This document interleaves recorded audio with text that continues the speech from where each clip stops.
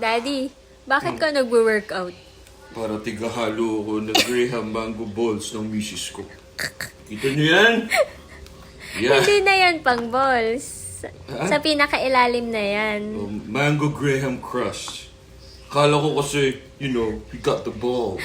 Mr. Mrs. Agassi version, meron siyang parang, anong tawag mo dyan, Daddy? Dito, Graham Crush. Ilalim na crush.